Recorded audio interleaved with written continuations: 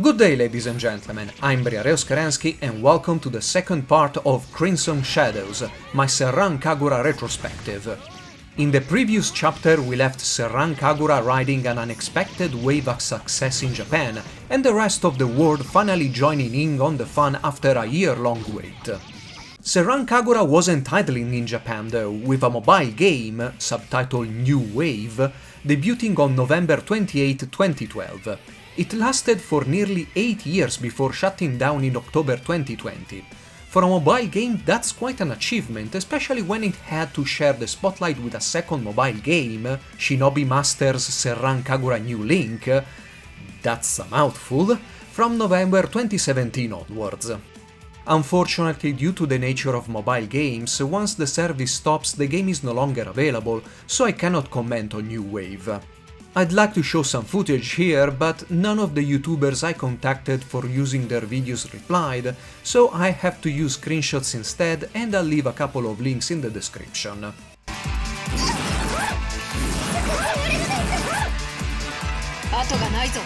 2013 started well with two new beginnings. The first is Senran Kagura Ninja Flash, the anime adaptation of Senran Kagura Burst, which started airing in January. It was good fun for fans of the series, despite having average animation and drawings. Ninja Flash would reach American audiences courtesy of Funimation in November 2013, while the first manga, renamed Senran Kagura Skirting Shadows, would be published by 7 Seas Entertainment the same month. Still on paper outing, July would see the only novel ever, Shoujotachi No Seishun, published in Japan by Ichijinsha.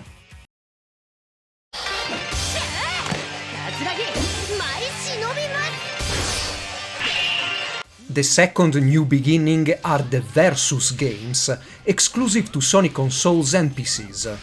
This sub-series consists of 3 games: Shinovi vs, Estival vs and Burst Renewal. The latter is a remake of Burst on the 3DS, but shares many mechanics with the other two, so I'll group them together even without the Versus moniker in the title. These 3 games, along Peach Beach Splash, are also considered a parallel storyline to what happens on the 3DS, although I don't quite like this concept. Characters introduced on the 3DS will appear in the Versus games and vice versa, and it's kinda easy to find a place for all the games in a unified timeline.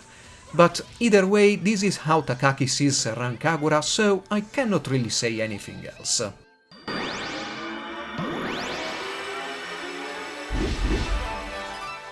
The first Versus game, Shinovi, launched on the Vita on the 28th of February 2013. And just like the 3DS, the Vita wasn't exactly having an easy ride. In fact, ever since the handheld launched in 2011, it failed to captivate the public due to the 3DS picking up steam and Sony pretty much abandoning the console in all markets, despite being home to a ton of visual novels and some good anime tie-ins. Senran Kagura Shinovi Versus landed in this landscape, selling a combined 120,000 copies between physical and digital. The Japanese physical edition also started that kind of tradition for Senran Kagura packages, featuring small chibi figures of the Hanzo girls. Shinovi Versus, with Shinovi calling out to the Vita, almost doubled the playable characters, introducing not one but 2 new groups, Gessen Girls Academy and 5 new girls from Ebijo. Homura and companions, after having deserted their alma mater at the end of Burst, formed Homura's Crimson Squad, a ragtag group of shinobis always strapped for cash and ready to take on any kind of job. The elegant Ice Maiden Yumi leads the Gessen group, featuring the Shy Murakumo, the diligent Yozakura, the vampiric Gyarushiki,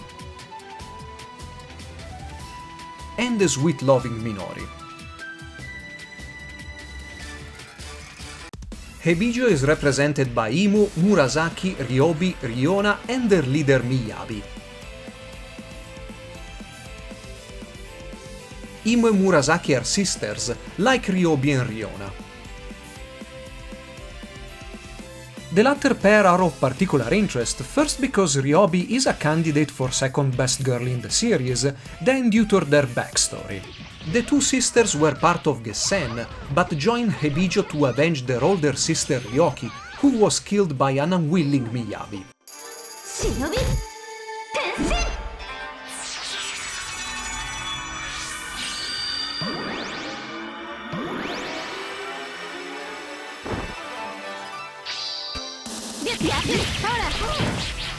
Shinovi Versus moves the camera behind the girl's back, turning Senran Kagura in a quasi-Musou game, in which enemy waves are thrown against the player before they reach the local boss. The change in perspective feels very natural, as both normal and special attacks on the 3DS already had their own area of effect. This doesn't mean the game is without flaws, as Shinovi Versus stumbles in several areas, and if I have to be completely honest, I had better memories of this game before replaying it for this video series. Stages are larger, but this means you have to hop from section to defeat enemy waves, and this creates constant lulls in battles. Most standard enemies are also dispatched before launching them into the air for the first time, and because some stages are set inside buildings, the verticality of both stages and combat has been curtailed. If you hit enemies just right while in the air, it's possible to spam the light attack to lock them into a seemingly infinite loop, and there is no recovery time for special attacks either, allowing you to quickly deplete an enemy's life with a series of secret shinobi techniques. This is actually a good thing, because bosses in Shinovi Versus, and in fact all of the Versus games, can be downright frustrating. Bosses and mid-bosses weather most of your attacks without flinching while interrupting your combos when they feel like, and breaking your air combos with a ground stomp every single time. It doesn't help that clothes are destroyed every time someone is launched into the air, and these sequences can't be turned off, cutting into the flow of the fight. Bosses will always change into their shinobi outfits while their health reaches 50%, replenishing it and of course unlocking their complete moveset, and fighting transformed girls in later stages is an exercise in patience. The best tactic is to reach the boss already transformed with a full special gauge, bring her down to around 50%, and then quickly spam special attacks to avoid transformations. It is a cheap tactic, but it works most of the times. And if it doesn't, just ground stomp your way to victory, as no one has an answer to this deadly technique.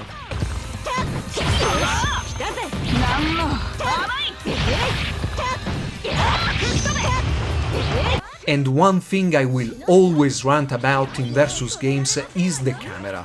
Tansoft never created a good 3D camera for the Versus games, despite already having done so for other games they developed, like Onichambara, and even other Senran Kagura games. Just look at Peach Beach Splash. Plus, it was already 2013, so there is no excuse for having such a bad camera. On the plus side, Shinovi Versus doesn't skimp on content. The 4 factions have 5 chapters with 5 missions each, plus 5 exclusive missions for all characters. Personal missions are very funny, all of them further exploring the girl's personality. I find hilarious that Homura constantly seeks to reach the zenith of comical skits, and in Shinovi Versus she does.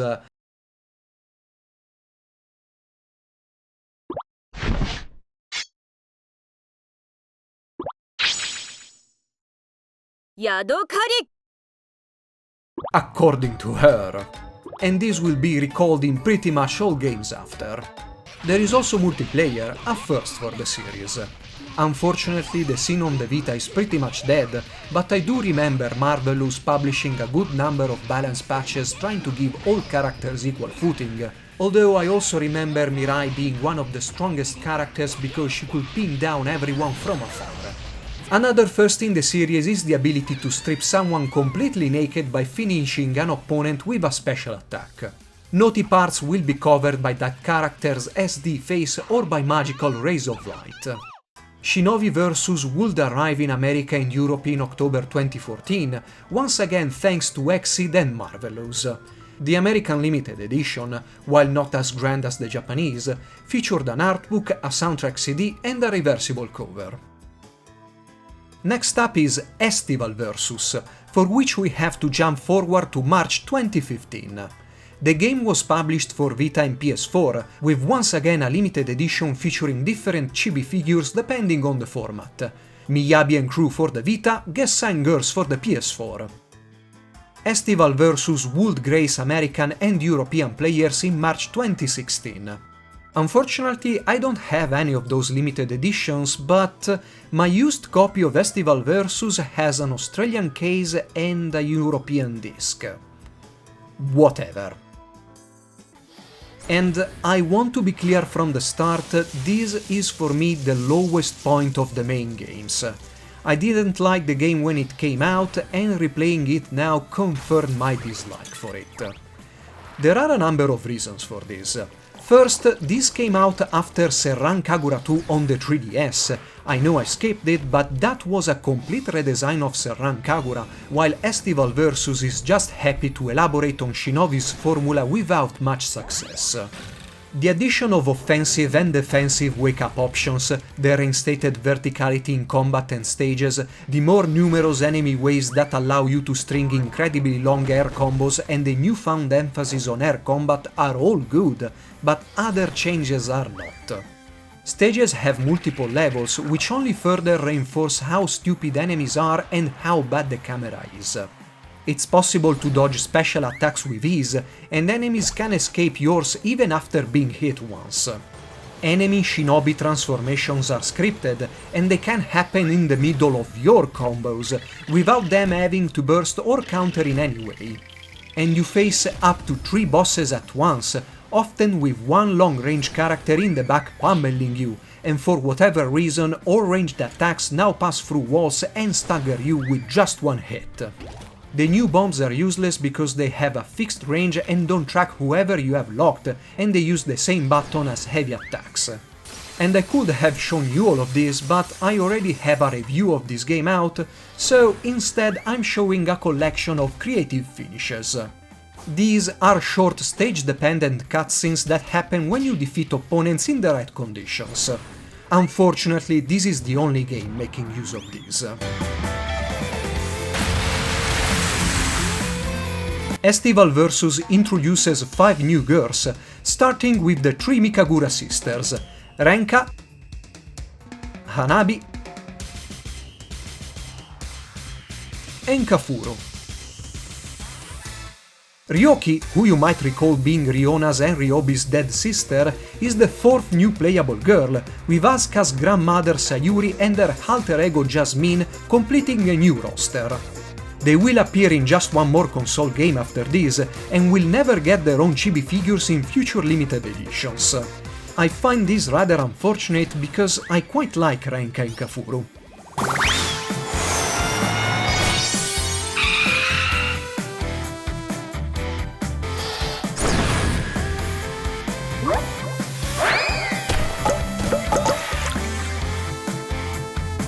...2017 will be a very busy year for Senran Kagura, but again I want to skip forward, this time to 2018 for the Japanese release of, as of now, the last proper Senran Kagura game, Burst Renewal. As the name implies, this is the remake of the, let's say, second game on the 3DS, adopting the combat style of the Versus games. Burst Renewal debuted in Japan on the 22nd of February, with Europe and America receiving their versions in January of the following year, and Europe preceding America by a few days. The Japanese limited edition will sadly not contain any chibi figures but rubber keychains instead, a drama CD, a reversible cover, DLC for Yumi's missions, and a small artbook. Exclusive retailer versions also had other extras, like the Homura papercraft included in the AB10 package. America got 2 limited editions, the tailor-made edition with just the game, soundtrack and a bunch of DLCs. The At The Sims edition adds to that a box with an exclusive illustration and the same keychains of the Japanese edition. Europe had their own limited editions. the Bountiful Beauties, which is more or less the At The Sims edition with the same box as the Japanese version, and the digital-only Shinobi Rivals, comprising on some extra costumes and new missions. It's worth noting that the American and European PS4 editions of Burst Renewal don't feature the intimacy mode in the dressing room due to Sony's changes in content policy. This won't be the last time Senran Kagura will fall victim of such changes, but I will explore these in later episodes. The Steam version is uncut. Renewal ditches many of the changes introduced in Estival Versus and plays closer to Shinovi Versus, although with several tweaks. I think the intention was to make a more technical game. You can cancel most of your moves, enemy attacks now show their area of effect, there are less enemies but they are sturdier, and you can still happily string longer combos in stages with the same verticality as Estival. Bosses still behave like in previous games, with scripted shinobi transformations and able to ignore your attacks if they feel like it. But more damningly, Renewal deals away with their specials, something that all Versus games begged for ever since Shinovi. There is no excuse for those not being in Renewal, as they were one of the biggest new features in the 3DS burst. Senran Kagura 2 Shinku, now a 4-year-old game, had air specials as well, and special attack mechanics between Shinku, Estival and Burst Renewal are very similar. On the complete opposite, the final fight between Asuka and Orochi, which was quite poor in the original, has been upgraded to a proper final boss fight, with multiple stages and well-orchestrated attacks.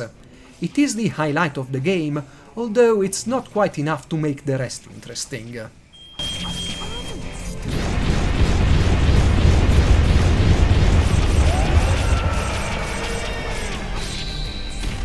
After playing all these 3 games back to back, I think I understand why the combat never felt as good as in the original side-scroller. The system was changed to 3D, but never fully adapted or optimized for it. The viewpoint is 3D, but the camera does a terrible job in crowded environments.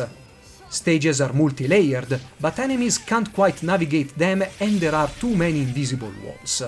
There are parries, wall running and items, but they never have an impact on how you play. There are hidden secondary objectives, but the system is not really geared towards exploration. Specials don't lock opponents in, but they can be easily avoided even after hit confirms. Bosses require hit and run tactics, but the focus of the combat system are still long combos. There are good things in the Versus games, but the unwillingness to fully evolve the system is these games' downfall.